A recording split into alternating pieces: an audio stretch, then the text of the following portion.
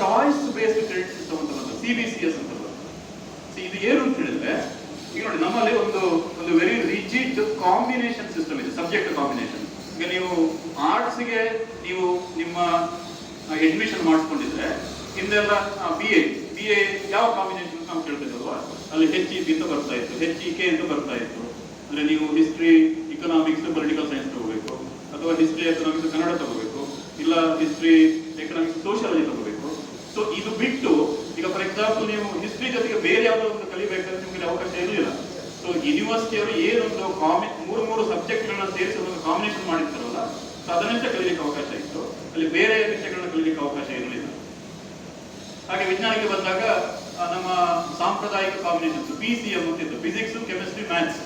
ಈಗ for example ವಿದ್ಯಾರ್ಥಿಗೆ maths ಕಲಿಲಿಕ್ಕೆ ಆಸಕ್ತಿ ಇಲ್ಲದಿದ್ರು ಕೂಡ ಫಿಸಿಕ್ಸ್ ಅಲ್ಲಿ ಆಸಕ್ತಿ ಇದ್ರೆ ಫಿಸಿಕ್ಸ್ ಕಲಿಬೇಕಂದ್ರೆ ಕೆಮಿಸ್ಟ್ರಿ ಜೊತೆಗೆ ಮ್ಯಾಥ್ಸ್ ತಗೊಳ್ಳೇಬೇಕು, ಕಡ್ಡಾಯ. ಹಾಗೆ ನಮ್ಮ CBZ ಮಕ್ಕಳಿಗೆ ಇನ್ನೊಂದು ಸಮಸ್ಯೆ, ಯಾಕಂದ್ರೆ ನಿಮಗೆ ಬಯಾಲಜಿಕಲ್ ಸೈನ್ಸ್ ಅಲ್ಲಿ ಆಸಕ್ತಿ ಇರುತ್ತೆ, ಬಾಟ್ನಿ ಝೂಲಜಿ ಬೇಕು ಅಂತ ಇರುತ್ತೆ, ಕೆಮಿಸ್ಟ್ರಿ ಕಷ್ಟ ಅನ್ಸಿರುತ್ತೆ, ಬಟ್ ಆದ್ರೆ ನೀವು ಬಾಟ್ನಿ ಝೂಲಜಿ ಕಲಿಬೇಕಂದ್ರೆ ಕೆಮಿಸ್ಟ್ರಿ ತಗೊಳ್ಳೇಬೇಕು, ಕಡ್ಡಾಯ ಅಲ್ವಾ. ಸೊ ಈ ತರ ಒಂದು rigid combination 3 subject combination system ಅನ್ನು ನಾವು ಫಾಲೋ ಮಾಡ್ತಾ ಇದ್ವಿ. ಬಟ್ ಚಾಯ್ಸ್ ಬೇಸ್ಡ್ ಅಲ್ಲಿ ಒಂದು ಸ್ವಲ್ಪ ಬದಲಾವಣೆ ಬಂತು. ಈಗ ಫಾರ್ ಎಕ್ಸಾಂಪಲ್ ನೀವು CBZ ಮಾಡಿದ್ರು ಕೂಡ ಒಂದು ಸೆಮಿಸ್ಟರ್ ಅಲ್ಲಿ ನಿಮಗೆ ಯಾವುದೋ ಒಂದು ಹಿಸ್ಟ್ರಿ ಕಲಿಲಿಕ್ಕೆ ಆಸಕ್ತಿ ಇರ್ಬೋದು ನಿಮಗೆ, ಅಥವಾ ಎಕನಾಮಿಕ್ಸ್ ತಿಳ್ಕೊಳ್ಳಿಕ್ಕೆ ಆಸಕ್ತಿ ಇರ್ಬೋದು. ಸೊ CBZ ಮಾಡ್ತಾ ಅಥವಾ PCM ಮಾಡ್ತಾ ನೀವು ಒಂದು ಸೆಮಿಸ್ಟರ್ ನಲ್ಲಿ ಒಂದು ಪದವಿಯ ಕಲಾ ವಿಷಯದ ಅಥವಾ ಬೇರೆ ವಿಷಯ ಕಲಿಲಿಕ್ಕೆ ನಿಮಗೆ ಅವಕಾಶ ಕೊಡ್ತೀವಿ. ಅಂದ್ರೆ ಒಂದು ಸ್ವಲ್ಪ ನಾವು ರಿಜಿಡಿಟಿ ಇಂದ ಒಂದು ಸ್ವಲ್ಪ ಮಟ್ಟಿಗೆ ಹೊರಗಡೆ ಬರ್ತೇವೆ. ಬಟ್ ಈಗ ಈ ರಾಷ್ಟ್ರೀಯ ಶಿಕ್ಷಣ ನೀತಿಯಲ್ಲಿ ನಮ್ಮ ಇಡೀ ಶಿಕ್ಷಣ ವ್ಯವಸ್ಥೆ ಕೇವಲ ಉನ್ನತ ಶಿಕ್ಷಣ ಅಲ್ಲ, ಇದು KG ಇಂದ ಪ್ರಾರಂಭವಾಗಿ, ಅಂದ್ರೆ ಕಿಂಡರ್ ಗಾರ್ಡನ್, ನಾವು LKG UKG ಅಂತ ಕರೀತೀವಲ್ಲ, ಅಂದ್ರೆ ಒಂದು ಮಗು 3ನೇ ವರ್ಷದಿಂದ ಏನು ಶಿಕ್ಷಣ ಪ್ರಾರಂಭಿಸುತ್ತೆ ಅಲ್ಲಿಂದ ಪ್ರಾರಂಭ ಮಾಡಿ ಮುಂದೆ PG ಪೋಸ್ಟ್ ಗ್ರಾಜುಯೇಟ್ ಮಾಡಿಕೊಂಡು ಮತ್ತೆ ನಿಮಗೆ ಶೈಕ್ಷಣಿಕ ಆಸಕ್ತಿ ಇದೆ, ನೀವು PhD ಮಾಡ್ಲಿಕ್ಕೂ ಕೂಡ ಅವಕಾಶ ಇದೆ. ಸೊ ಅಲ್ಲಿ ತನಕದ ನಮ್ಮ ಇಡೀ ಶಿಕ್ಷಣ ವ್ಯವಸ್ಥೆಯಲ್ಲಿ ಒಂದು ಸಮಗ್ರ ಬದಲಾವಣೆ ಮಾಡುವಂತ ಒಂದು ವ್ಯವಸ್ಥೆ ಈಗ ಜಾರಿಗೆ ಬರ್ತಾ ಇದೆ. ಸೊ ಇದನ್ನೇ ನಾವು ರಾಷ್ಟ್ರೀಯ ಶಿಕ್ಷಣ ನೀತಿ ಅಂತ ಕರೀತಾ ಇದ್ದೇವೆ. ಸೊ ಇಲ್ಲಿ ಸುಮಾರು ಬದಲಾವಣೆಗಳಾಗ್ತಾ ಇವೆ. ಸೊ ನಾನೀಗ PUC ತನಕ ಏನು ಬದಲಾವಣೆ ಆಗುತ್ತೆ ಅದನ್ನ ನಿಮಗೆ ಹೇಳೋಕೆ ಹೋಗೋದಿಲ್ಲ, ಯಾಕಂದ್ರೆ ನೀವು ಹಂತವನ್ನು ದಾಟಿ ಬಂದಿದ್ದೀವಿ, ಮತ್ತೆ ನಿಮಗೆ ಅವಶ್ಯಕತೆ ಕೂಡ ಇಲ್ಲ. ನೀವು ಏನು ಮುಖ್ಯವಾಗಿ ಏನು ತಿಳ್ಕೋಬೇಕು ಅಂತ ಹೇಳಿದ್ರೆ, ಆಸ್ ಎ ಡಿಗ್ರಿ ಸ್ಟೂಡೆಂಟ್ ಅಂದ್ರೆ ಒಂದು ಕಾಲೇಜ್ ವಿದ್ಯಾರ್ಥಿಯಾಗಿ ರಾಷ್ಟ್ರೀಯ ಶಿಕ್ಷಣ ನೀತಿಯಲ್ಲಿ ನೀವು ಯಾವ ಬದಲಾವಣೆಗಳಿಗೆ ಮತ್ತೆ ಯಾವ ಅವಕಾಶಗಳಿಗೆ ನೀವು ಅರ್ಹರಾಗಿದ್ದೀರಿ ಇದರ ತಿಳ್ಕೊಂಡಾಗ ಈ ಶಿಕ್ಷಣ ನೀತಿಯನ್ನ ಗರಿಷ್ಠವಾಗಿ ಬಳಸ್ಕೊಳ್ಳೋದಿಕ್ಕೆ ಮತ್ತೆ ಅದರ ಪ್ರಯೋಜನವನ್ನು ಪಡ್ಕೊಳ್ಳೋದಕ್ಕೆ ನಿಮಗೆ ಸಾಧ್ಯ ಆಗುತ್ತೆ ಅನ್ನೋ ಕಾರಣಕ್ಕೋಸ್ಕರ ವಿದ್ಯಾರ್ಥಿಗಳ ದೃಷ್ಟಿಯಿಂದ ನಿಮಗೆ ಇದರಿಂದ ಏನೇನು ಅವಕಾಶಗಳಿವೆ, ಏನೇನು ಪ್ರಯೋಜನಗಳಿವೆ ಅನ್ನೋದನ್ನ ಮಾತ್ರ ನಾನು ಹೇಳೋದಕ್ಕೆ ಈಗ ಇಷ್ಟಪಡ್ತಾ ಇದ್ದೇನೆ. ಓಕೆ, ಸೊ ಇಲ್ಲಿ ಒಂದು 4 ಪ್ರಮುಖವಾದಂತಹ ಅಂಶಗಳನ್ನಷ್ಟೇ ನಾನು ಒತ್ತು ಹೇಳ್ತೇನೆ. ಒಂದು ಅಂತ ಹೇಳಿದ್ರೆ, ಈಗ ನಾನು ಮೊದಲೇ ಹೇಳಿದಾಗೆ ನಿಮಗೆ ಸಬ್ಜೆಕ್ಟ್ ಚಾಯ್ಸ್ ಅಲ್ಲಿ ತುಂಬಾ ಆಪ್ಷನ್ಸ್ ಇದೆ, ನಿಮಗೆ ಆಯ್ಕೆಗಳು ತುಂಬಾ ಇದೆ. ಸೊ ಹಿಂದಿನ ಹಾಗೆ ನೀವು ಈಗ ಬಾಟ್ನಿ ಝೂಲಜಿ ಕಲಿಬೇಕಾದ್ರೆ ಜೊತೆಗೆ ಕೆಮಿಸ್ಟ್ರಿ ಇಷ್ಟ ಇಲ್ಲದಿದ್ರೆ ನೀವು ಕಲಿಯುವಂತ ಅವಶ್ಯಕತೆ ಇಲ್ಲ.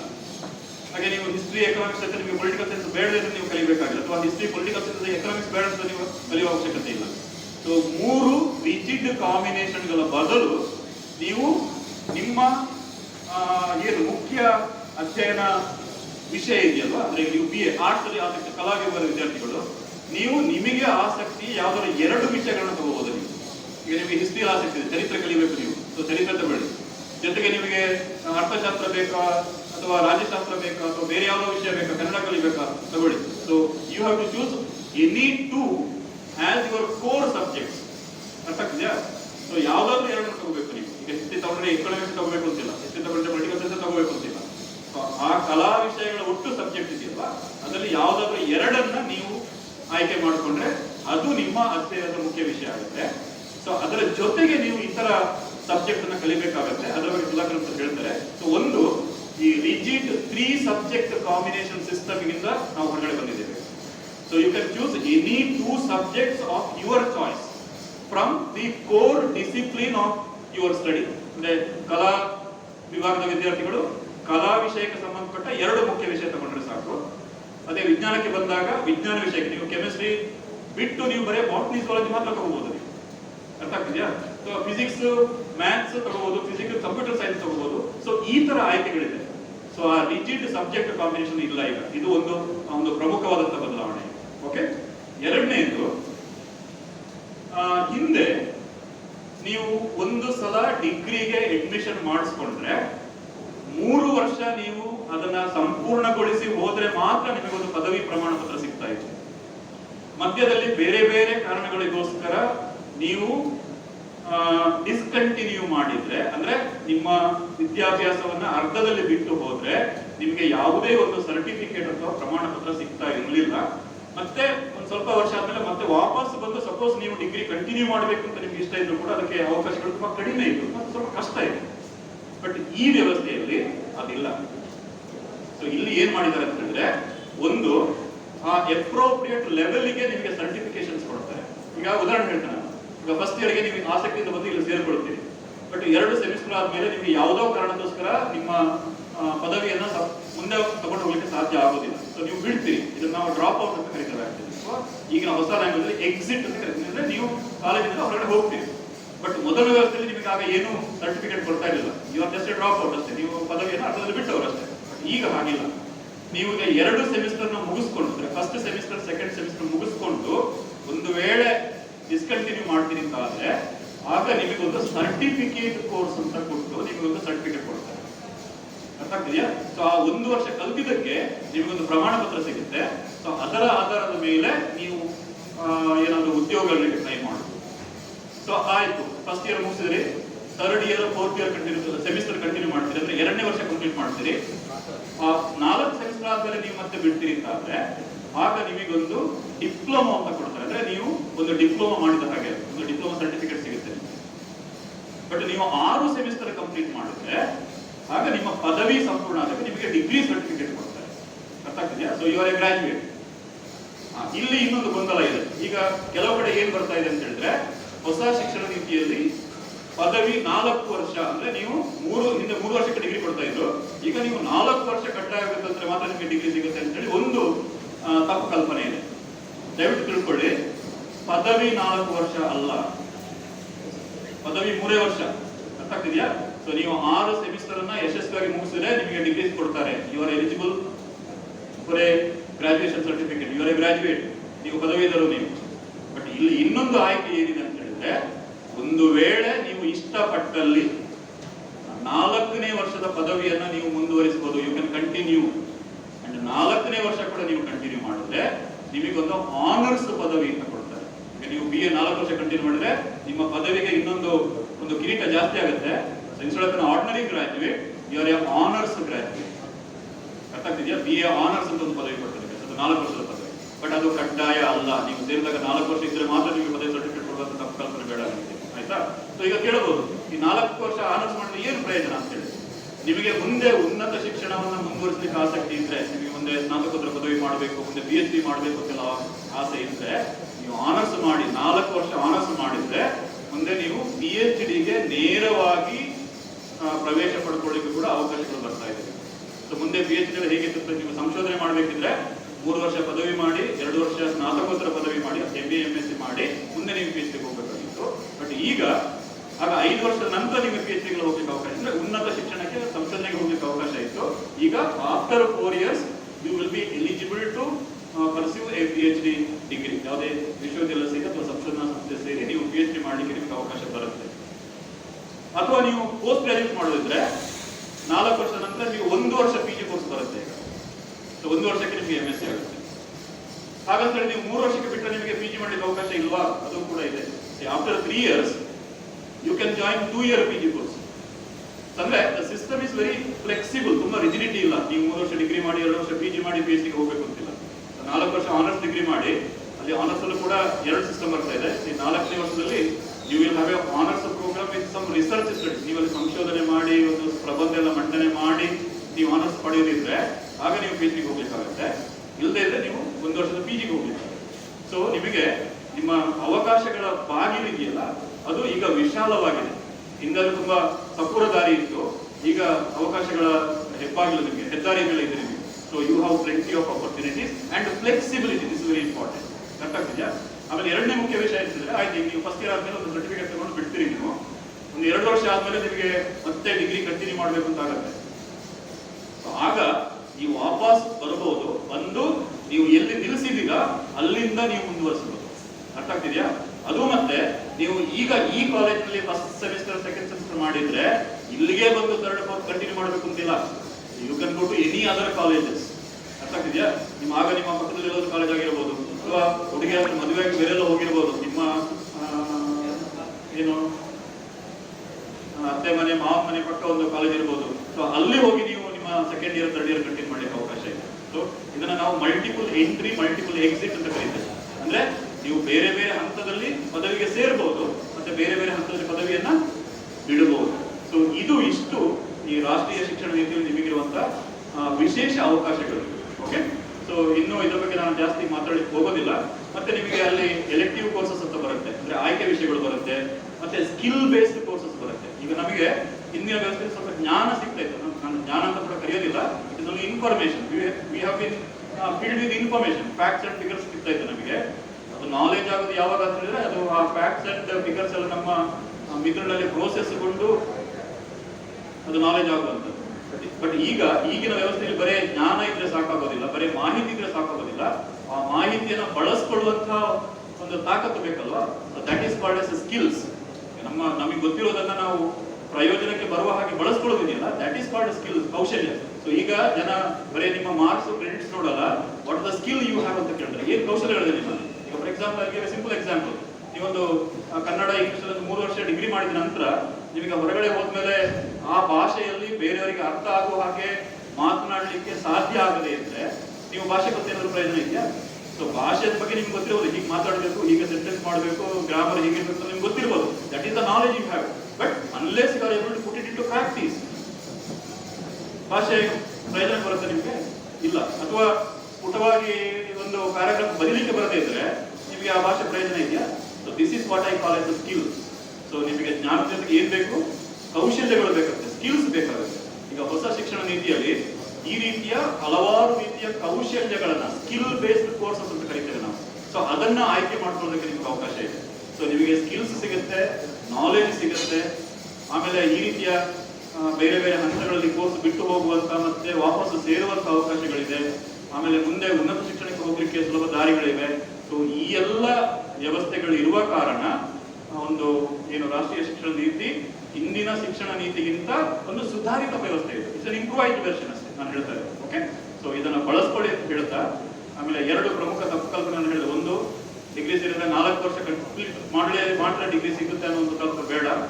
ನೀವು 1 ವರ್ಷಕ್ಕೂ ಒಂದು ಪದವಿ ತಗೊಂಡು ಹೋಗ್ಬೋದು, ನೀವು 2 ವರ್ಷಕ್ಕೂ ಒಂದು ಪದವಿ ತಗೋಬಹುದು, 3ನೇ ವರ್ಷಕ್ಕೆ ನಿಜವಾದ ಪದವಿ ತಗೋಬಹುದು, 4ನೇ ವರ್ಷ ಕಂಪ್ಲೀಟ್ ಮಾಡಿದ್ರೆ ಆನರ್ಸ್ ಪದವಿ ತಗೊಳ್ತೀರಿ ಅಂತ ಹೇಳ್ತಾ, ಆಮೇಲೆ ಇನ್ನೊಂದು ಕೆಲವು ತಪ್ಪು ಕಲ್ಪನೆ ಇದೆ. ಈಗ ಏನಾಗ್ತದೆ ಅಂದ್ರೆ ಸರ್ಕಾರಿ ಕಾಲೇಜುಗಳಲ್ಲಿ NEP-ಗೆ ತುಂಬಾ ಮಹತ್ವ ಕೊಡ್ತಾ ಇದ್ದೇವೆ ನಾವು. ಅದೇ ಖಾಸಗಿ, ನಿಮ್ಮ ಸ್ನೇಹಿತರೆಲ್ಲ ಹೇಳಿರ್ಬೋದು, ಖಾಸಗಿ ಕಾಲೇಜಲ್ಲಿ NEP ಇಲ್ಲ ಅಂತ ಹೇಳಿ ಅವರು ಹೇಳಿರ್ಬೋದು. ಇಲ್ಲ, ಈ ವರ್ಷದಿಂದ ಕರ್ನಾಟಕದ ಎಲ್ಲ ಉನ್ನತ ಶಿಕ್ಷಣ ಕಾಲೇಜುಗಳಲ್ಲಿ, ಖಾಸಗಿ ಇರ್ಬೋದು, ಸರ್ಕಾರಿ ಇರ್ಬೋದು, ಅಥವಾ ಸ್ವಾಯತ್ತ ಆಟೋನಮಸ್ ಕಾಲೇಜ್ ಇರ್ಬೋದು, ಎಲ್ಲಾ ಕಡೆ ಇದೇ ವ್ಯವಸ್ಥೆಯಲ್ಲಿ ಶಿಕ್ಷಣ ಕೊಡಬೇಕಾಗುತ್ತೆ. So wherever you join, NEP is mandatory. NEP ಅಡಿಯಲ್ಲೇ ನಿಮಗೆ ಶಿಕ್ಷಣ ಸಿಗುವಂಥದ್ದು ಹೇಳ್ತಾ, ಆಮೇಲೆ ಈಗ ನನಗೆ ಮೊದಲು ಮಾತಾಡೋದು ಹೇಳಿದ್ರು, ನಿಮಗೆ ಇತಿಹಾಸದ ಭಾಗ ಆಗ್ಲಿಕ್ಕೆ ಒಂದು ಅವಕಾಶ ಇದೆ ಅಂತೇಳಿ. ಯಾವ ರೀತಿ ಇತಿಹಾಸದ ಭಾಗ ನಾವು 2 ರೀತಿ ಆಗ್ಬೋದು. ಒಂದು ಒಳ್ಳೆ ಕೆಲಸ ಮಾಡಿದ್ರು ನಾವು ಇತಿಹಾಸದ ಭಾಗ ಆಗ್ತೇವೆ, ಅಥವಾ ಅಡ್ಡದಾರಿ ಹಿಡಿದು ತಪ್ಪು ಕೆಲಸ ಮಾಡಿದ್ರು ಇತಿಹಾಸದ ಭಾಗ ಆಗುತ್ತೇವೆ. ನಿಮಗೊಂದು ಹೊಸ ವ್ಯವಸ್ಥೆಯ ಭಾಗ ಆಗಿ ಇತಿಹಾಸದ ಭಾಗ ಆಗ್ಲಿಕ್ಕೆ ನಿಮ್ಮೊಂದು ಅವಕಾಶ ಇದೆ. ಯಾಕಂದ್ರೆ ಈ ಒಂದು ಏನು ಹೊಸ ಶಿಕ್ಷಣ ನೀತಿ ಇದೆ ಅದರ ಮೊದಲ ತಂಡದ ವಿದ್ಯಾರ್ಥಿಗಳು ನೀವು. ಸೊ ನೀವು ಇದನ್ನು ಯಾವ ರೀತಿ ಬಳಸ್ಕೊಳ್ತೀರಿ, ಮತ್ತೆ ಇದ್ರ ಬಗ್ಗೆ ಇತರರಿಗೆ, ನಿಮ್ಮ ಮುಂದೆ ಬರುವಂತಹ ವಿದ್ಯಾರ್ಥಿಗಳಿಗೆ, ನಿಮ್ಮ ಕಿರಿಯ ಸ್ನೇಹಿತರಿಗೆ ಏನು ಅಭಿಪ್ರಾಯ ಕೊಡ್ತೀರಿ ಅನ್ನೋದರ ಮೇಲೆ ಇದರ ಒಂದು ಯಶಸ್ಸು ನಿಂತಿದೆ ಅಂತ ಹೇಳ್ತಾ, 2 ಮನವಿ ಇದೆ ನಿಮ್ಮಲ್ಲಿ. ದಯವಿಟ್ಟು ನಿಮಗೆ ಈ ಶಿಕ್ಷಣ ನೀತಿಯ ಬಗ್ಗೆ ಏನೇ ಗೊಂದಲ ಪ್ರಶ್ನೆಗಳಿದ್ರು ಕೂಡ ಪರಿಹರಿಸಿಕೊಳ್ಳಿ. ಸೊ ನೀವು ಸ್ಪಷ್ಟವಾಗಿ ತಿಳ್ಕೊಳ್ಳಿ, ನಿಮಗೇನು ಅವಕಾಶ ಇದೆ ಅಂತ, ಏನು ಪ್ರಯತ್ನ ತಿಳ್ಕೊಳ್ಳಿ. ಆಮೇಲೆ ನಿಮ್ಮ ಸುತ್ತಮುತ್ತ ಇವರಿಗೆ ನಾವು we consider you as the ambassadors, ನಮ್ಮ ರಾಯಭಾರಿಗಳು ನೀವೀಗ. ಅರ್ಥ ಆಗ್ತಿದ್ಯಾ? ಈಗ ನಿಮ್ಮ ಸ್ನೇಹಿತರ ದೊಡ್ಡ ಬಳಗ ಇರುತ್ತೆ. ಸೊ ಅವರಿಗೂ ಇದ್ರ ಬಗ್ಗೆ ಮಾಹಿತಿ ಕೊಡಿ. ಅವರಿಗೆ ಏನಾದ್ರು ಗೊಂದಲ, ತಪ್ಪು ಕಲ್ಪನೆ ಅದನ್ನು ಪರಿಹರಿಸಿ. ಓಕೆ, ಆಮೇಲೆ ನಿಮ್ಮ ಕಿರಿಯರು ಮನೆಯಲ್ಲಿ ನಿಮ್ಮ ತಮ್ಮ ತಂಗಿ ಎಲ್ಲ ಇರ್ತಾರಲ್ಲ, ಅವರೇ ಮುಂದೆ ಬರ್ತಾರೆ. ಯಾಕಂದ್ರೆ ಮುಂದೆ ಅವರು ಇದರ ಪ್ರಯೋಜನ ಪಡ್ಕೊಳ್ಳೋರು, ಅವರಿಗೂ ಇದರ ಕುರಿತು ಮಾಹಿತಿ ಕೊಡಿ ಅಂತ ಹೇಳ್ತಾ, ಈ ಅವಕಾಶವನ್ನು ಬಳಸ್ಕೊಳ್ಳಿ. ನಿಜವಾದ ಅರ್ಥದಲ್ಲಿ ಒಂದು ಏನು NEP ಇತಿಹಾಸದ ಭಾಗವಾಗಿ ಅಂತ ಹೇಳ್ತಾ, ರಾಷ್ಟ್ರೀಯ ಶಿಕ್ಷಣ ನೀತಿಯ ಬಗ್ಗೆ ಕೆಲವು ಮಾಹಿತಿಗಳನ್ನ ನಮ್ಮ ಕಾಲೇಜಿನ ರಸಾಯನಶಾಸ್ತ್ರ ವಿಭಾಗದ ಮುಖ್ಯಸ್ಥರು ಹಾಗೂ ಕಾಲೇಜಿನ NEP ಕಾರ್ಯಪಡೆಯ ಮುಖ್ಯಸ್ಥರಾದಂತಹ ಡಾಕ್ಟರ್ ಸುಧಾಕರ್ ಅವರು ನೀಡಬೇಕಾಗಿ ಕೇಳಿಕೊಳ್ತೇನೆ. ಎಲ್ಲ ವಿಷಯವನ್ನು ತಿಳಿಸಿದ್ದಾರೆ. ಆದರೂ ಕೂಡ ನಿಮಗೆ ಕಾಣಿಸುವ ಹಾಗೆ ಪವರ್ ಪಾಯಿಂಟಲ್ಲಿ ಯಾವ ಥರ ಪ್ರೋಗ್ರಾಮ್ ಇರ್ತದೆ ನಾನು ಹೇಳಿಕೊಡ್ತಾ ಇದ್ದೇನೆ. ಸೊ ಇದು ನ್ಯಾಷನಲ್ ಎಜುಕೇಶನ್ ಪಾಲಿಸಿ, ಅಥವಾ ರಾಷ್ಟ್ರೀಯ ಶಿಕ್ಷಣ ನೀತಿ ಕರ್ನಾಟಕದಲ್ಲಿ ಪ್ರಥಮ ಬಾರಿಗೆ ಕನ್ನಡದಲ್ಲಿ ಇಂಪ್ಲಿಮೆಂಟ್ ಆಗ್ತಾ ಇರೋದು.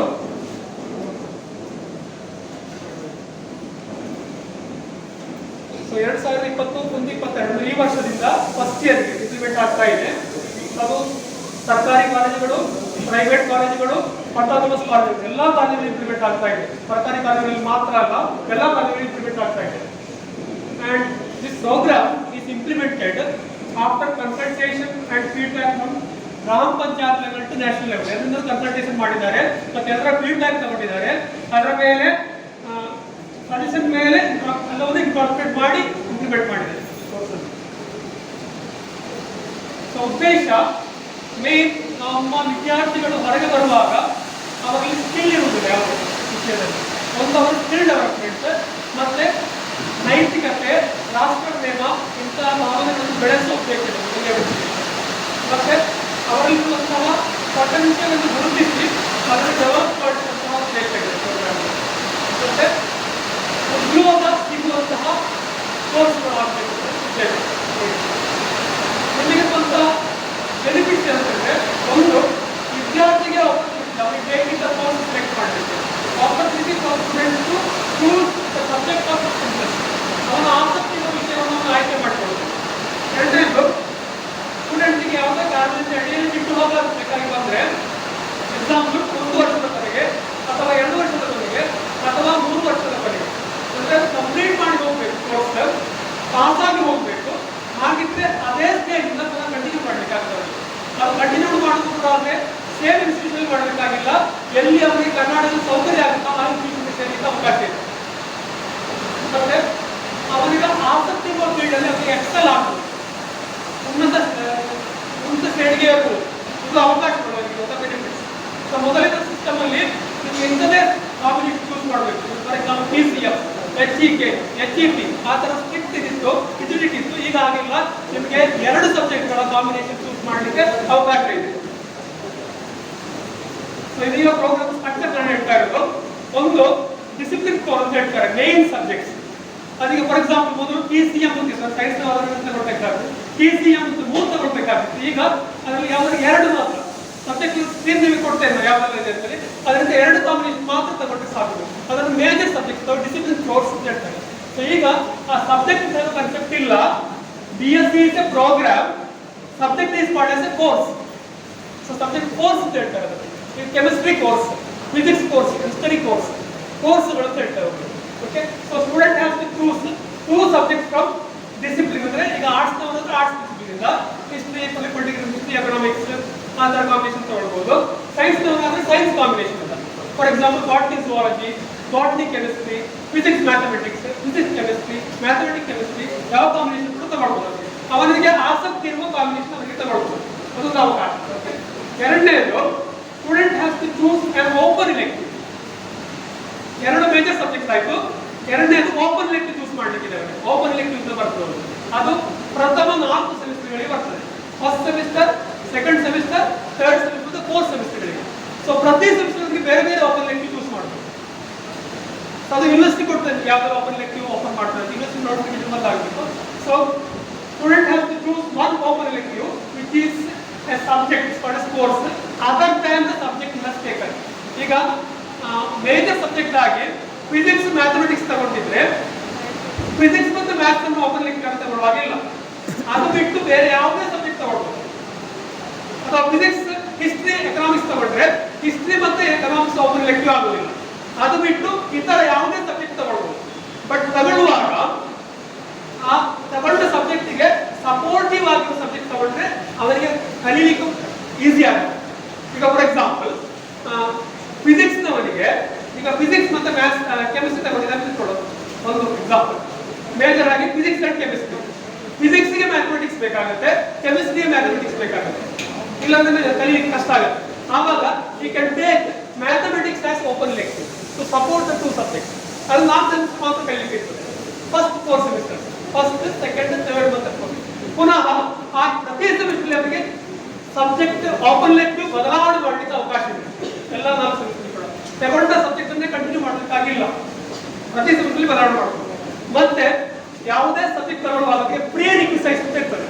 ಫಾರ್ ಎಕ್ಸಾಂಪಲ್ ಸೈನ್ಸ್ ಸಬ್ಜೆಕ್ಟ್ ತಗೊಳ್ಬೇಕಾದ್ರೆ, ಈಗ ಮ್ಯಾಥ್ಸ್ ತಗೊಳ್ಬೇಕಾದ್ರೆ ಒಂದು ಪಿಯುಸಿಯಲ್ಲಿ ಮ್ಯಾಥಮೆಟಿಕ್ಸ್ ಕಲ್ತಿರ್ಬೇಕಾಗುತ್ತೆ, ಸುಮ್ಮನೆ ತಗೊಳ್ಳುವಾಗಿಲ್ಲ. ಅಥವಾ ಹಾಗಿದ್ರೆ ಮಾತ್ರ ಈ ಮೇಜರ್ ಸಬ್ಜೆಕ್ಟ್ ತಗೊಳ್ಳಿಕ್ಕೆ ಆಗುತ್ತೆ. You can take a subject only in the case of science subject. So ಅದು ಯೂನಿವರ್ಸಿಟಿ ಅವರು ಮೊದಲು ಮಾಡಿದ ಫಿಕ್ಸ್ ಮಾಡಿದ ಈಗಲೂ ಕೂಡ ಅಪ್ಲೈ ಆಗುತ್ತೆ, ಸೇಮ್ ಥಿಂಗ್, ಚೇಂಜ್ ಆಗಿಲ್ಲ. ಈಗ PCMB ಅವರು ಕಂಪ್ಯೂಟರ್ ಸೈನ್ಸ್ ತಗೊಳ್ಬಹುದು ಮೊದಲಿಂದ ಅಲೌಡ್. ಅದೇ ತರ ಸೈನ್ಸ್ ನವರಿಗೆ ಆರ್ಟ್ಸ್ ಗೆ ಹೋಗ್ಲಿಕ್ಕೆ ಅವಕಾಶ ಇದೆ, ಕಾಮರ್ಸ್ ಗೆ ಹೋಗ್ಲಿಕ್ಕೆ ಅವಕಾಶ ಇದೆ. ಬಟ್ ಆರ್ಟ್ಸ್ ನವರಿಗೆ ಸೈನ್ಸ್ ತಗೊಳ್ಳುವ ಅವಕಾಶ ಇಲ್ಲ, ಮೊದಲಿಂದಲೂ ಇಲ್ಲ, ಈಗಲೂ ಇಲ್ಲ ಅವಕಾಶ. ಅದೇ ತರ ಕಾಮರ್ಸ್ ನವರಿಗೆ ಸೈನ್ಸ್ ತಗೊಳ್ಳುವ ಅವಕಾಶ ಇಲ್ಲ. ಬಟ್ ಸೈನ್ಸ್ ನವರಿಗೆ ಕಾಮರ್ಸ್ ತಗೊಳ್ಬಹುದು, ಕಾಮರ್ಸ್ ನವರಿಗೆ ಆರ್ಟ್ಸ್ ಸಬ್ಜೆಕ್ಟ್ ತಗೊಳ್ಳುವ ಅವಕಾಶ ಇದೆ. So this is the way you can choose the major subjects. So ನಿಮಗೆ ಆಯ್ಕೆ ಮಾಡಲಿಕ್ಕೆ ಒಂದು ಮೇಜರ್ 2 ಸಬ್ಜೆಕ್ಟ್ಸ್, ಎರಡನೇದು ಓಪನ್ ಲೆಕ್ಚರ್, ಮೂರನೇದು ಲ್ಯಾಂಗ್ವೇಜಸ್. ಅದು ಎಬಿಲಿಟಿ ಎನ್ಹಾನ್ಸ್ಮೆಂಟ್ ಕೋರ್ಸ್ ಮತ್ತೆ ಲ್ಯಾಂಗ್ವೇಜ್ ಎರಡಿದೆ. ಸೊ ಲ್ಯಾಂಗ್ವೇಜಸ್ ಚೂಸ್ ಮಾಡುವಾಗ ಕನ್ನಡ ಕಂಪಲ್ಸರಿ, ಕನ್ನಡ ಕಲ್ತಿಲ್ಲದಿರಲಿ ಕನ್ನಡ ಒಂದು ಕಂಪಲ್ಸರಿ ಆಗಿ ತಗೊಳ್ಳೇಬೇಕು. ಇದೀಗ ಹೊಸ ನೀತಿ ಪ್ರಕಾರ has to learn Kannada. So Kannada ಕಲಿತವರಿಗೆ ಒಂದು ಕೋರ್ಸ್ ಇರ್ತದೆ, ಕನ್ನಡ ಕೋರ್ಸ್. ಕನ್ನಡ ಕಲಿಯದವರಿಗೆ ಫೌಂಡೇಶನ್ ಕೋರ್ಸ್ ಅಂತ ಬೇರೆ ಕೋರ್ಸ್ ಇದೆ, ಅವರಿಗೆ ಬೇಸಿಕ್ ಕನ್ನಡ ಕಲಿಸ್ತಾರೆ. So every student has to take Kannada as a first language, ತಗೊಳ್ಳೇಬೇಕು. Okay, that's the thing. ಆಮೇಲೆ ಸೆಕೆಂಡ್ ಲ್ಯಾಂಗ್ವೇಜ್ ಆಗಿ you can take English, Hindi, Tulu, Sanskrit. ಈ 4 ಭಾಷೆಗಳಲ್ಲಿ ಕೊಡ್ತಾ ಇದ್ರು. ಈ 4 ಭಾಷೆಗಳಲ್ಲಿ ಯಾವುದೇ ಭಾಷೆಯನ್ನು ಸೆಕೆಂಡ್ ಲ್ಯಾಂಗ್ವೇಜ್ ಕೊಡೋದು. You can choose English. ಮೊದಲು ಇಂಗ್ಲಿಷ್ ಕಂಪಲ್ಸರಿ ಇತ್ತು, ಈಗ ಇಂಗ್ಲಿಷ್ ಕಂಪಲ್ಸರಿ ಇಲ್ಲ, ಕನ್ನಡ ಕಂಪಲ್ಸರಿ. ಎರಡನೇ ಭಾಷೆಯಾಗಿ ಇಂಗ್ಲಿಷ್ ಅಥವಾ ಹಿಂದಿ, ತುಳು, ಸಂಸ್ಕೃತ, ಇವುಗಳಲ್ಲಿ ಯಾವುದಾದ್ರು ಒಂದು ಭಾಷೆ ಚೂಸ್ ಮಾಡಬಹುದು. ಇದು ಪ್ರಥಮ 4 ಸಬ್ಜೆಕ್ಟ್ ಇರ್ತದೆ ಭಾಷೆ. ಅದರ ಜೊತೆಗೆ ಲ್ಯಾಂಗ್ವೇಜ್ ಜೊತೆಗೆ ಎಬಿಲಿಟಿ ಎನ್ಹಾನ್ಸ್ಮೆಂಟ್ ಕೋರ್ಸ್ ಒಂದು ಕೋರ್ಸ್ ಇದೆ, ಅದರಲ್ಲಿ ಚೂಸ್ ಮಾಡಲಿಕ್ಕೆ ಕಂಪಲ್ಸರಿ. ನಿಮಗೆ ಚೂಸ್ ಮಾಡಲಿಕ್ಕೆ ಒಂದು ಸಬ್ಜೆಕ್ಟ್, ಮೇಜರ್ ಸಬ್ಜೆಕ್ಟ್ 2 ಸಬ್ಜೆಕ್ಟ್ಸ್, ಎರಡನೇದು ಓಪನ್ ಲೆಕ್ಚರ್, ಮೂರನೇದು ಲ್ಯಾಂಗ್ವೇಜಸ್. ಉಳಿದೆಲ್ಲವೂ ಕೂಡ ಕಂಪಲ್ಸರಿ ಇದೆ, ನೀವು ತಗೊಳ್ಳೇಬೇಕಾಗುತ್ತೆ. ಒಂದು ಸಾಮರ್ಥ್ಯ ವರ್ಧಕ ಕೋರ್ಸ್ ಹೇಳ್ತಾರೆ, ಎಬಿಲಿಟಿ ಎನ್ಹಾನ್ಸ್ಮೆಂಟ್ ಕೋರ್ಸ್. ಅದು 2 ಸೆಮಿಸ್ಟರ್ಗಳಲ್ಲಿ ಬರ್ತದೆ. ಒಂದು 2ನೇ ಸೆಮಿಸ್ಟರ್ಗೆ ಬರ್ತದೆ, ಇನ್ನೊಂದು 4ನೇ ಸೆಮಿಸ್ಟರ್ಗೆ ಬರ್ತದೆ, second and fourth semester. Okay, so second ಸೆಮಿಸ್ಟರ್ಗೆ ಯೂಶುವಲಿ ಪರಿಸರ ವಿಜ್ಞಾನ ಇರ್ತದೆ, ಫೋರ್ತ್ ಸೆಮಿಸ್ಟರ್ಗೆ ಇಂಡಿಯನ್ ಕಾನ್ಸ್ಟಿಟ್ಯೂಷನ್, ಭಾರತದ ಸಂವಿಧಾನ ಕಲಿಲಿಕ್ಕೆ ಇರ್ತದೆ. 2ನೇ ಸೆಮಿಸ್ಟರ್ ಮತ್ತೆ 4ನೇ ಸೆಮಿಸ್ಟರ್. 2ನೇ ಸೆಮಿಸ್ಟರ್ಗೆ ಪರಿಸರ ವಿಜ್ಞಾನ, 4ನೇ ಸೆಮಿಸ್ಟರ್ಗೆ ಭಾರತದ ಸಂವಿಧಾನ ಕಲಿಲಿಕ್ಕೆ ಇರ್ತದೆ. ಓಕೆ, ಸೊ ಇದು ಎಬಿಲಿಟಿ ಎನ್ಹಾನ್ಸ್ಮೆಂಟ್ ಕೋರ್ಸ್ ಹೇಳ್ತಾರೆ, ಅಂದ್ರೆ ಸಾಮರ್ಥ್ಯ ವರ್ಧಕ ಕೋರ್ಸ್. ಸೊ ಇದು 3ನೇದು. 4ನೇದು ಕೂಡ ಒಂದು ಕಂಪಲ್ಸರಿ ಕೋರ್ಸ್ ಇದು, ಅದು ಸ್ಕಿಲ್ ಎನ್ಹಾನ್ಸ್ಮೆಂಟ್ ಕೋರ್ಸ್, ಕೌಶಲ್ಯ ವರ್ಧಕ ಕೋರ್ಸ್. ಅದರಲ್ಲಿ 2 ವಿಧ ಇದೆ, ಒಂದು ಸ್ಕಿಲ್ ಬೇಸ್ಡ್, ಇನ್ನೊಂದು value based. Skill based and value based. Skill based ಅಲ್ಲಿ ನಿಮಗೆ ಸ್ಕಿಲ್ಸ್ ಕಲಿಸ್ಕೊಡ್ತಾರೆ.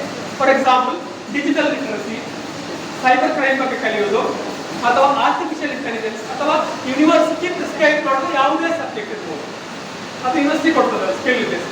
ಅದು ನಿಮಗೆ ಆಯ್ಕೆ ಇಲ್ಲ, ಅದು ಕಂಪಲ್ಸರಿ ಕೊಡ್ತಾರೆ. ಮತ್ತೆ ವ್ಯಾಲ್ಯೂ ಬೇಸ್ಡ್ ಅಂದ್ರೆ ಹೆಲ್ತ್ ಅಂಡ್ ಹೈಜೀನ್, ಆರೋಗ್ಯ ಮತ್ತು ಇರ್ಬೋದು, ಮತ್ತೆ ಎಥಿಕ್ಸ್ ಇರ್ಬೋದು, ಅಂದ್ರೆ ನೈತಿಕತೆ ಬಗ್ಗೆ ಸಿಲೆಬಸ್ ಇರ್ಬೋದು, ಅದು ಯೂನಿವರ್ಸಿಟಿ ಯಾವ್ದು ಕೊಡ ಮಾಡ್ತಾರೆ ಅಂತ ಮಾಡಬೇಕಾಗ್ತದೆ. ಸೊ ಇಷ್ಟು ಬರ್ತದೆ. ಸೊ ಒಟ್ಟು 4 ತಗೊಳ್ಳಿಕ್ಕೆ, 4ರಲ್ಲಿ ಈಗ ಚಾಯ್ಸ್ ಇರೋದು 3ಕ್ಕೆ ಮಾತ್ರ. ಒಂದು major subjects, 2 major subject choose ಮಾಡಬೇಕಾಗ್ತದೆ. ಎರಡನೇದು ಓಪನ್ ಲೆಕ್ಚರ್, ಮೂರನೇದು ಲ್ಯಾಂಗ್ವೇಜಸ್. ಲ್ಯಾಂಗ್ವೇಜ್ ಅಲ್ಲಿ ಕನ್ನಡಕ್ಕೆ ಚೂಸ್ ಮಾಡ್ಲಿಕ್ಕೆ ಏನಿಲ್ಲ, ಉಳಿದ ಲ್ಯಾಂಗ್ವೇಜ್ ಮಾತ್ರ ಚೂಸ್ ಮಾಡಲಿಕ್ಕೆ, ಕನ್ನಡ ಇಸ್ ಕಂಪಲ್ಸರಿ. ಓಕೆ, ಮತ್ತೆ ಮೂರನೇ ability enhancement compulsory, skill development ಕೂಡ ಕಂಪಲ್ಸರಿ. ಇದು ಕ್ಲಿಯರ್? ಇಷ್ಟು ಕ್ಲಿಯರ್ ಆಯ್ತಾ? ಸೊ ನೆಕ್ಸ್ಟ್, ಇದೊಂದು ಮಾಡೆಲ್ ಸ್ಟ್ರಕ್ಚರ್ ಕೊಟ್ಟಿರೋದು ಕನ್ನಡ ಸರ್ಕಾರದಿಂದ. ಇದು ಯಾವತ್ತಕ್ಕೆ ಹೇಳಿದ್ರೆ ಬ್ಯಾಚುಲರ್ ಆಫ್ ಆರ್ಟ್ಸ್ ಮತ್ತೆ 6ಕ್ಕೆ ಆಗುವಾಗ ಏನಾಗ್ತದೆ ಅಂತ ಹೇಳಿದ್ರೆ 3 ಪೇಪರ್ಸ್ ಬರ್ತದೆ. ಫಸ್ಟ್ 4 ಸೆಮಿಸ್ಟರ್ಗೆ 2ನೇ ಪೇಪರ್ ಬರೋದು, only 2 papers will have, and 5th and 6th will have 3 papers. ಅದರಲ್ಲಿ ಏನು ಮಾಡ್ತಾರೆ, ಫಿಸಿಕ್ಸ್ ಮತ್ತು ಕೆಮಿಸ್ಟ್ರಿ ಮೇಜರ್ ತಗೊಳ್ಳುತ್ತೆ. ಫಸ್ಟ್ 2 ಪೇಪರ್ ಫಿಸಿಕ್ಸ್ ಇರ್ತದೆ, 3ನೇ ಪೇಪರ್ ಕೆಮಿಸ್ಟ್ರಿ ಇರ್ತದೆ. ನೆಕ್ಸ್ಟ್ ಸೆಮಿಗೆ 6th ಸೆಮಿಗೆ ಆಗುವಾಗ ಫಸ್ಟ್ 2 ಪೇಪರ್ ಕೆಮಿಸ್ಟ್ರಿ ಆಗುತ್ತೆ, ಉಳಿದ 1 ಪೇಪರ್ ಫಿಸಿಕ್ಸ್ ಆಗುತ್ತೆ. ಮತ್ತೆ ನಾನು ಹೇಳಿದಾಗ ಓಪನ್ ಲೆಕ್ಚರ್ ಇರೋದು ಫಸ್ಟ್ 4 ಸೆಮಿಸ್ಟರ್ಗಳಿಗೆ ಮಾತ್ರ, only for first course. ಮೇಜರ್ನ ಎಲೆಕ್ಟಿವ್ ಸೆಲೆಕ್ಟ್ ಮಾಡಬೇಕಾಗುತ್ತೆ. ಫಾರ್ ಎಕ್ಸಾಂಪಲ್ ಈಗ ಫಿಸಿಕ್ಸ್ ಮತ್ತೆ ಕೆಮಿಸ್ಟ್ರಿ ಮೇಜರ್ ಆಗಿ ತಗೊಂಡಿದ್ರೆ 5th ಸೆಮಿಗೆ ಫಿಸಿಕ್ಸ್ ಇರ್ಬೋದು ಓಪನ್ ಲೆಕ್ಚರ್, 6th ಸೆಮಿಗೆ chemistry open lecture, any one of the subject as open lecture. And ಅಲ್ಲಿ ನೀವು ಅಡ್ವಾನ್ಸ್ ಸ್ಟಡೀಸ್ ಮಾಡ್ತೀರಾ ಸಬ್ಜೆಕ್ಟ್, ಹೈಯರ್ ಲೆವೆಲ್ ಸ್ಟಡೀಸ್ ಮಾಡ್ತೀರಾ ಯಾವಲ್ಲಿ ಓಪನ್ ಲೆಕ್ಚರ್. ನೀವು ಕಲಿಯೋದಂತೆ ಎಕ್ಸ್ಟ್ರಾ ಸ್ಟಡಿ ಮಾಡ್ತೀರಾ ಇಲ್ಲಿ ಡಿಸಿಪ್ಲಿನ್ ಲೆಕ್ಚರ್. ಸೊ ಫಸ್ಟ್ 4 ಸೆಮಿಸ್ಟರ್ಗೆ ಓಪನ್ ಲೆಕ್ಚರ್, 5th ಮತ್ತು 6th ಗೆ ಡಿಸಿಪ್ಲಿನ್ ಲೆಕ್ಚರ್ ಬರ್ತದೆ. ಡಿಸಿಪ್ಲಿನ್ ಲೆಕ್ಚರ್ ಅಂದ್ರೆ ನೀವು ತಗೊಂಡ ಮೇಜರ್ ಸಬ್ಜೆಕ್ಟ್ ಅಲ್ಲಿ ಯಾವ್ದು ಮುಂದೆ ಇರ್ತದೆ. 5th ಸೆಮಿಗೆ ಒಂದು ಸಬ್ಜೆಕ್ಟ್ ಬರ್ತದೆ, 6th ಸೆಮಿಗೆ ಇನ್ನೊಂದು ಸಬ್ಜೆಕ್ಟ್ ಬರ್ತದೆ. ಅಲ್ಲಿಗೆ ಡಿಗ್ರಿ ಮುಗಿಯುತ್ತೆ. ಸೊ 3 ಇಯರ್ಸ್ ಡಿಗ್ರಿ ಅಲ್ಲಿ ಮುಗಿಯುತ್ತದೆ. ಸೊ ಎಲ್ಲಾ ಕ್ಲಾಸ್ಗಳಲ್ಲಿ ನೋಡಿ ಇಲ್ಲಿ ಫಸ್ಟ್ 4 ಓಪನ್ ಲೆಕ್ಚರ್ ಬರ್ತದೆ, 5th 6th ಗೆ ಡಿಸಿಪ್ಲಿನ್ ಲೆಕ್ಚರ್ ಬರ್ತದೆ. ನೆಕ್ಸ್ಟ್ ಇಲ್ಲಿ ನೋಡಿ ಎಬಿಲಿಟಿ ಎನ್ಹಾನ್ಸ್ಮೆಂಟ್ ಕಂಪಲ್ಸರಿ ಕೋರ್ಸ್, ಅದರಲ್ಲಿ language 2 language language, language. 4th semester will have 2 languages. One is Kannada, other one can be English, Hindi, Tulu or Sanskrit. ಮತ್ತೆ ಅದು ಅಲ್ಲದೆ ನಾನು ಹೇಳಿದಾಗೆ 2ನೇ ಸೆಮಿಸ್ಟರ್ಗೆ ಎನ್ವೈರನ್ಮೆಂಟ್ ಸ್ಟಡೀಸ್ ಬರ್ತದೆ, ಮತ್ತೆ 4ನೇ ಸೆಮಿಸ್ಟರ್ಗೆ ಕಾನ್ಸ್ಟಿಟ್ಯೂಷನ್ ಇಂಡಿಯಾ ಬರ್ತದೆ. ಮತ್ತೆ ಅದು ಕಂಟಿನ್ಯೂ ಆಗ್ತದೆ ಲ್ಯಾಂಗ್ವೇಜ್ 4ನೇ ಸೆಮಿಸ್ಟರ್ ಮೇಲೆ ಲ್ಯಾಂಗ್ವೇಜ್ ಮತ್ತೆ ಎವ್ರಿಡೇ ಏನಾದ್ರು ಕೋರ್ಸ್ ಅಲ್ಲಿ ನಿಲ್ಲುತ್ತೆ. But next skill enhancement courses ನೋಡಿ, ಅಲ್ಲಿ 2 ಇದೆ, ಸ್ಕಿಲ್ ಬೇಸ್ಡ್ ಇದೆ ಮತ್ತೆ ವ್ಯಾಲ್ಯೂ ಬೇಸ್ಡ್ ಇದೆ. ಸ್ಕಿಲ್ ಬೇಸ್ಡ್ ನೋಡಿ ಎಕ್ಸೆಲ್ಸಿ ಬರ್ತದೆ 1 2 3 4 ಸ್ಕಿಲ್ ಬೇಸ್ಡ್.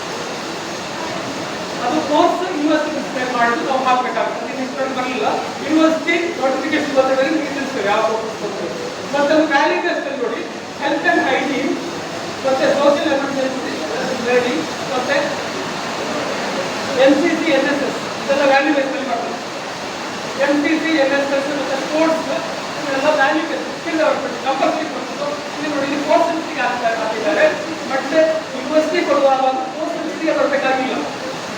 ಯೂನಿವರ್ಸಿಟಿ ಸಿಲೆಬಸ್ ಕೊಡುವಾಗ ಕೆಮಿಸ್ಟ್ರಿ 3rd ಸೆಮಿಸ್ಟರ್ ಯಾವ್ದಾದ್ರು ಇಚ್ಛೆ ಹಾಕ್ಬೋದು. ಸ್ಪೋರ್ಟ್ಸ್ ಮತ್ತೆ ಎಥಿಕ್ಸ್ ಹೇಳಿದಾಗೆ ಎಥಿಕ್ಸ್ ಕೋರ್ಸ್ ಬರ್ಬೋದು. ಈ ತರ ವ್ಯಾಲ್ಯೂ ಬೇಸ್ಡ್ ಕೋರ್ಸ್. ಸೊ ಇದು 6 ಸೆಮಿಸ್ಟರ್ಗೆ ಬರ್ತದೆ ನೋಡಿ ಸ್ಕಿಲ್ ಬೇಸ್ಡ್. 6 ಸೆಮಿಸ್ಟರ್ ಅದರಲ್ಲಿ ಕೆಲವು ಸ್ಕಿಲ್ ಬೇಸ್ಡ್ ಇದ್ದು, ಕೆಲವು ವ್ಯಾಲ್ಯೂ ಬೇಸ್ಡ್. ವ್ಯಾಲ್ಯೂ ಬೇಸ್ಡ್ ಅಂದ್ರೆ ಆರೋಗ್ಯದ ಬಗ್ಗೆ ಇರ್ಬೋದು ಮತ್ತೆ ನೈತಿಕತೆಯ ಬಗ್ಗೆ ಇರ್ಬೋದು, ಈ ತರ ಕೋರ್ಸ್ಗಳು ಇರ್ತವೆ. ಅಲ್ಲಿಗೆ 6 ಸೆಮಿಸ್ಟರ್ ಒಂದು ಡಿಗ್ರಿ ಮುಗಿಯುತ್ತದೆ. ಮತ್ತೆ ಬರುವಾಗ ಹಾನರ್ಸ್ಗೆ ಬರುವಾಗ ನೀವು ಫಾರ್ ಎಕ್ಸಾಂಪಲ್ ನಾನು ಹೇಳಿದಾಗೆ ಫಿಸಿಕ್ಸ್ ಮತ್ತೆ ಕೆಮಿಸ್ಟ್ರಿ ತಗೊಂಡಿದ್ರೆ ನಾವು ಒಂದು ಮಾತ್ರ ಕೊಡ್ತೇವೆ. Either you have to take physics or you have to take chemistry only, ಅಂದ್ರೆ higher level studies, specific studies. So ಯಾವ್ದು ತಗೊಂಡಿದ್ರೆ ಆ ಟಾಪಿಕ್ ಅಲ್ಲಿ ಯಾವ್ದು ಒಂದು ಮಾತ್ರ ಉಳಿಸ್ಕೊಡ್ತೀರಾ, ಒಂದು ಬಿಡ್ತೀರಾ. ಆಮೇಲೆ ಪುನಃ ಡಿಸ್ಪ್ಲಿನ್ ಕೋರ್ಸ್ ಕೊಡ್ತಾರೆ ಅದೇ ಸಬ್ಜೆಕ್ಟ್. ಕೆಮಿಸ್ಟ್ರಿ ತಗೊಂಡ್ರೆ ಕೆಮಿಸ್ಟ್ರಿ ಎಲ್ಲ ಡಿಸ್ಪ್ಲಿನ್ ಕೋರ್ಸ್ ಮತ್ತೆ ಉಳಿದ ಯಾವುದೇ ಇರ್ಬೋದು ಸಬ್ಜೆಕ್ಟ್ಗಳು ಮಾತ್ರ ಬರ್ತದೆ farmers. there is no skill development or there is no ability development also. It will be over by 6th semester. ಮತ್ತೆ ಆನರ್ಸ್ ಮಾಡುವಾಗ ನೀವು ರಿಸರ್ಚ್ ಟಾಪಿಕ್ ತಗೊಂಡ್ರೆ, if you take a research topic from honors 4th year you can directly go to PhD without taking PhD degree. ಇಲ್ಲ ನಮ್ಮದು MSc ಮಾಡಿ ಅಥವಾ MA ಮಾಡಿ PhD ಹೋಗಬೇಕಾಗಿತ್ತು. ಈ 4 ವರ್ಷ ಕಲಿತ್ರೆ ಕೂಡಲೇ ನಿಮಗೆ PhD ಡಿಗ್ರಿ ಜಾಯಿನ್ ಆಗ್ಬೋದು. ಯಾವಾಗಂತಂದ್ರೆ ಈ 4ನೇ ವರ್ಷ ಫಾರ್ಮರ್ಸ್ಲಿ ರಿಸರ್ಚ್ ಕಾಂಪಿಟೇಷನ್ ಇದ್ದಾಗ ಮಾತ್ರ, ರಿಸರ್ಚ್ ತಗೊಂಡಾಗ ಮಾತ್ರ. Okay, so let's work. So course ಬಗ್ಗೆ ಕ್ಲಿಯರ್ ಆಯ್ತಾ ನೋಡಿದರೆ I have a question. Yes. When you go to the 3rd year, no? Yeah. What is the 3rd subject? A ಮೂರನೇ subject. ಎರಡನೇ subject, but first ಸೆಮಿಗೆ 2 physics ಇದೆ. Physics and chemistry, 2 physics ಒಂದು chemistry ಇರುತ್ತೆ. Next ಸೆಮಿಗೆ 2 chemistry ಒಂದು physics. ಅದೇ 2 subjects. Same 2 subjects ಒಂದು. Then what about languages? Third course ಹೋಗುವಾಗ again Kannada compulsory. All the 4 subjects Kannada compulsory. Only second language will be that also cannot be changed. Once you take the language in the first language, they cannot change in between. My third question is, GCSE is also the 4th subject. Which one? What we had already. Yeah, here it is in the course. It may not be. Next may change it. ECCC ಅಲ್ಲ, ಈಗ ಅದು ECCC skill based program ಅಂತ ಹೇಳ್ತಾರೆ. ಈಗ it is called not a skill based programme, value based. That's why ECCC now. Compulsory given by the college. Okay, so ನೋಡಿ ವಿಷಯ BCom, BCA, BBA, BSc ಎಲ್ಲ ಕೋರ್ಸ್ಗಳಿಗೆ ವಿಷಯಗಳನ್ನು ಆಯ್ಕೆ ಮಾಡಿಕೊಳ್ಳುವ ಅವಶ್ಯಕತೆ ಇಲ್ಲ. ಅವರು ಯಾವ ಆಯ್ಕೆ ಮಾಡಿಕೊಳ್ಳಲಿಕ್ಕೆ ಅವರು ಕೇವಲ ಕನ್ನಡ ಮತ್ತು ಇನ್ನೊಂದು ಲ್ಯಾಂಗ್ವೇಜ್ ತಗೊಳ್ಬೇಕು ಮತ್ತೆ ಓಪನ್ ಲ್ಯಾಂಗ್ವೇಜ್ ಅದು ಮಾತ್ರ ಅವರಿಗೆ ಅವಕಾಶ. ಫಸ್ಟ್ ಅವರಿಗೆ ಅವಕಾಶ ಇಲ್ಲ. ಅವರಿಗೆ ಬಿಕಾಮ್, BCA, BBA ಅವರಿಗೆ ಲ್ಯಾಂಗ್ವೇಜ್ ಮತ್ತೆ ಓಪನ್ ಲೆಕ್ಚರ್ ಸೆಲೆಕ್ಟ್ ಮಾಡಲಿಕ್ಕೆ ಮಾತ್ರ ಅವಕಾಶ ಇದೆ. ಇದು ಬಿಕಾಮ್ ಇದು ನಾನು ಹೇಳ್ಬೇಕಾಗುತ್ತೆ. ಕಂಪಲ್ಸರಿ ಕೋರ್ಸ್ ಉಳಿದೆಲ್ಲ ಸ್ಟ್ರಕ್ಚರ್ ಸೇಮ್ ಇರ್ತದೆ. ಯಾವುದು ಈ ಕೋರ್ಸ್ ಸಬ್ಜೆಕ್ಟ್ ಬಿಟ್ಟು ಉಳಿದ ಸ್ಟ್ರಕ್ಚರ್ ಸೇಮ್ ಇರ್ತದೆ. ಒಂದು ಎಬಿಲಿಟಿ ಡೆವಲಪ್ಮೆಂಟ್ ಕೋರ್ಸ್ ಮತ್ತೆ ಸ್ಕಿಲ್ ಡೆವಲಪ್ಮೆಂಟ್ ಅದು ಇದೇ ಇರ್ತದೆ ಸೇಮ್. ಮತ್ತೆ Kannada language compulsory, second language ಉಳಿದ ಸಂಸ್ಕೃತ ತಗೊಳ್ಬೇಕು, ಅದೆಲ್ಲ ಸೇಮ್ ಇರ್ತದೆ. ಯಾವುದು ಬಿಕಾಮ್ ಉಳಿದ ಎಲ್ಲ ಕ್ಲಾಸ್ಗಳಿಗೆ ಓನ್ಲಿ ಡಿಫರೆನ್ಸ್ ಇಸ್ ಬಿಕಾಮ್ ಮತ್ತೆ BCA ಕೋರ್ಸ್ನವರಿಗೆ ಅವರಿಗೆ ಚಾಯ್ಸ್ ಮಾಡೋ ಅವಕಾಶ ಇಲ್ಲ. Subjects it's compulsory subject given by the college. Yes. ನಮಗೆ ಹಾಗಾದ್ರೆ 3 ಸಬ್ಜೆಕ್ಟ್ ಇದೆಯಾ? Yes, 3 papers.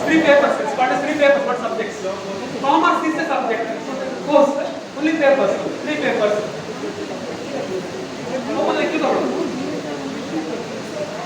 ಇದು ನಮ್ಮ ಕಾಲೇಜಿನಲ್ಲಿ ಪ್ರಸ್ತುತ ಒಡಮಾಡುವ subjects combination ತಗೊಂಡದ್ದು.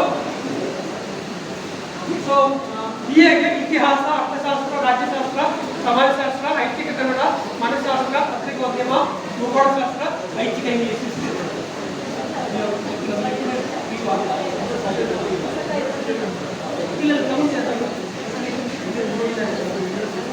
Botany, chemistry combination. Along with that, you can take zoology as an open elective. ಆತರ ಮಾಡಿ. ಅಥವಾ botany zoology ತಗೊಂಡಾಗ ಅಲ್ಲಿ ರಿಯಾಕ್ಷನ್ ಸ್ಟಡಿ ಮಾಡ್ಲಿಕ್ಕೆ ಸೊ ಬೇಸಿಕ್ ರಿಯಾಕ್ಷನ್ ಕೆಮಿಸ್ಟ್ರಿ ಸಿಗ್ತದೆ. ಕೆಮಿಸ್ಟ್ರಿ ಒಂದು ಓಪನ್ ಲೆಕ್ಚರ್ ತಗೊಂಡು that way you can choose. ಅದರ ಆರ್ಟ್ಸ್ ಸಬ್ಜೆಕ್ಟ್ ಕೂಡ ಅಷ್ಟೇ, ಎರಡು ತಗೊಂಡಾಗ ಅದಕ್ಕೆ ಸಪೋರ್ಟಿವ್ ಸಬ್ಜೆಕ್ಟ್ ಓಪನ್ ಲೆಕ್ಚರ್ ತಗೊಂಡು ಸುಲಭ ಆಗ್ತದೆ ಕಲಿಲಿಕ್ಕೆ ಸುಲಭ. ಮತ್ತೆ ಯಾವುದೇ ನಿಮಗೆ ಸಂಬಂಧ ಇಲ್ಲ ಸಬ್ಜೆಕ್ಟ್ ತಗೊಂಡ್ರೆ ನೀವು ಕಲಿತ ಮೇಲೆ ಅದು ವೇಸ್ಟ್ ಆಗ್ತದೆ ಕಲಿತ ಯೂಸ್ ಬರೋದಿಲ್ಲ ನಿಮಗೆ. ಸೊ ಸಬ್ಜೆಕ್ಟ್ ತಗೊಳ್ಳೋದು ಯೂಸ್ ಮಾಡೋದು ಯೂಸ್ ಮಾಡೋ ಸಬ್ಜೆಕ್ಟ್ ಅನ್ನು ಯೂಸ್ ಮಾಡ್ತೀವಿ. ಮತ್ತೆ ಇನ್ನೊಂದು ಇಂಪಾರ್ಟೆಂಟ್ ವಿಷಯ ಅಂತ ಹೇಳಿದ್ರೆ ಇಷ್ಟು ಕಾಂಬಿನೇಷನ್ ಕೊಟ್ಟಾಗ ನೀವು ರ್ಯಾಂಡಮ್ ಆಗಿ ತುಂಬಾ ಕಾಂಬಿನೇಷನ್ ತಗೊಂಡ್ರೆ ಕಾಲೇಜಿನಲ್ಲಿ ಇನ್ಫ್ರಾಸ್ಟ್ರಕ್ಚರ್ ಕೊರತೆ ಬರ್ತದೆ, ಟೈಮ್ ಟೇಬಲ್ ಮಾಡ್ಲಿಕ್ಕೆ ಕಷ್ಟ ಆಗುತ್ತೆ. ಅಂದ್ರೆ ಎಲ್ಲ ಕಾಂಬಿನೇಷನ್ ತಗೊಂಡಾಗ ಈಗ ಫಾರ್ ಎಕ್ಸಾಂಪಲ್ ಆರ್ಟ್ಸ್ ಅಲ್ಲಿ ಇಷ್ಟು ಇದೆ, ಅದ್ರಲ್ಲಿ ಎಲ್ಲ ಕಾಂಬಿನೇಷನ್ ಮಾಡಿದ್ರೆ ಟೈಮ್ ಟೇಬಲ್ ಮಾಡ್ಲಿಕ್ಕೆ ಆಗುದಿಲ್ಲ ನಿಮಗೆ. ಸೊ ಆದ ಕಾರಣ you have to choose on the basis of preference. ನಿಮಗೆ ಕೌನ್ಸಿಲಿಂಗ್ ಮಾಡ್ತಾರೆ, ಕರೀತಾರೆ, ಆವಾಗ ನೀವು ಪ್ರಿಫರೆನ್ಸ್ ಕೊಡ್ಬೇಕು. ಯಾವ್ದಂದ್ರೆ ಕೆಲಸಕ್ಕೆ ಚೆನ್ನಾಗಿ ಬರುತ್ತೆ, ಅದನ್ನು ಕ್ಯಾನ್ಸಲ್ ಮಾಡ್ಬೇಕಾಗುತ್ತೆ. ನೀವು ನೀವು ಒಬ್ಬರೇ ಬಂದಾಗ ನೀವೇನ್ ಮಾಡ್ಬೇಕಂದ್ರೆ ಆದ್ಯತೆಯನ್ನು ಕೊಡ್ಬೇಕು, ನಿಮ್ಮ ಆರ್ಡರ್ ಪ್ರಿಫರೆನ್ಸ್ ಕೊಡ್ಬೇಕು. ಒಂದು ಈ ಕಾಂಬಿನೇಷನ್ ನಿಮ್ಮ ಇಂಟ್ರೆಸ್ಟ್ ಸಬ್ಜೆಕ್ಟ್, ಎರಡು ಇಂಥ ಕಾಂಬಿನೇಷನ್.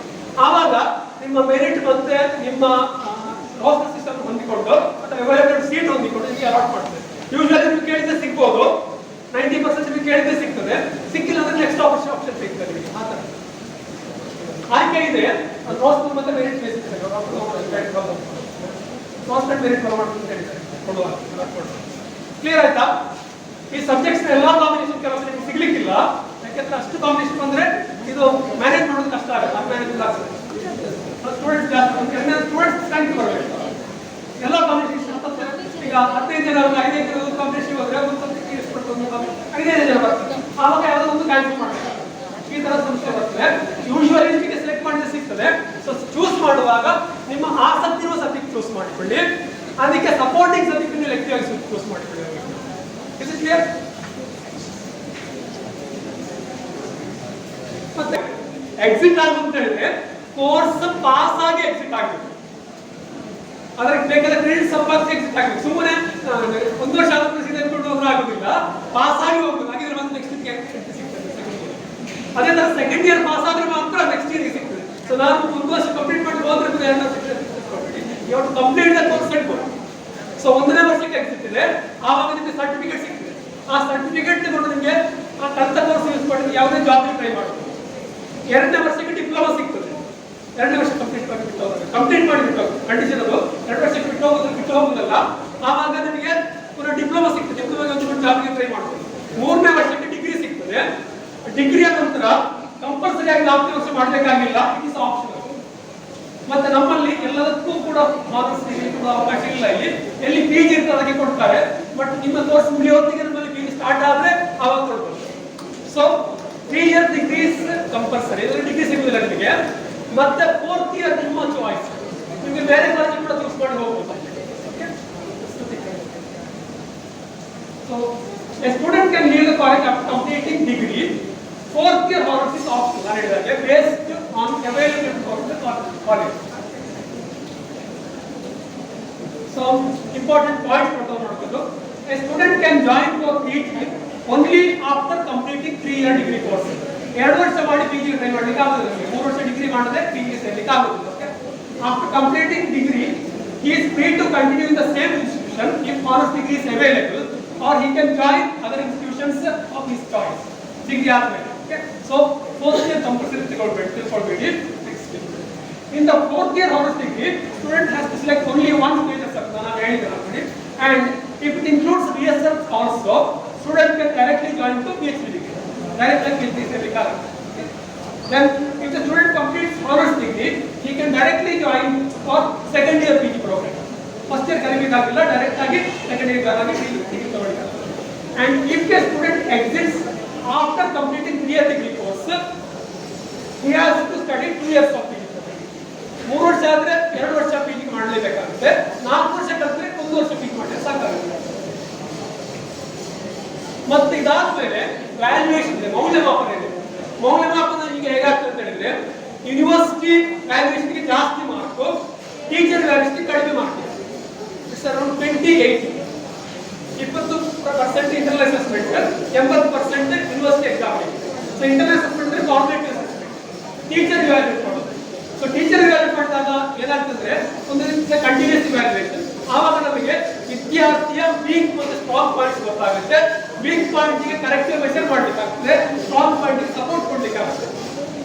ಅಂಡರ್ ಫಾರ್ಮೇಟಿವ್ ಸಮ್ಮೇಟಿವ್ ಅಂದ್ರೆ ಯೂನಿವರ್ಸಿಟಿ ಎಕ್ಸಾಮಿನೇಷನ್. ಓಕೆ, ಸೊ ಇಲ್ಲಿ ಫಾರ್ಮೇಟಿವ್ ಅಸೆಸ್ಮೆಂಟ್ ಆದಾಗ ಈಗ ಹೊಸ ಇದರಲ್ಲಿ 30% ವೇಟೇಜ್ ಟು ಫಾರ್ಮೇಟಿವ್ ಅಂದ್ರೆ internal assessments, student teacher valuation ಬರ್ತದೆ.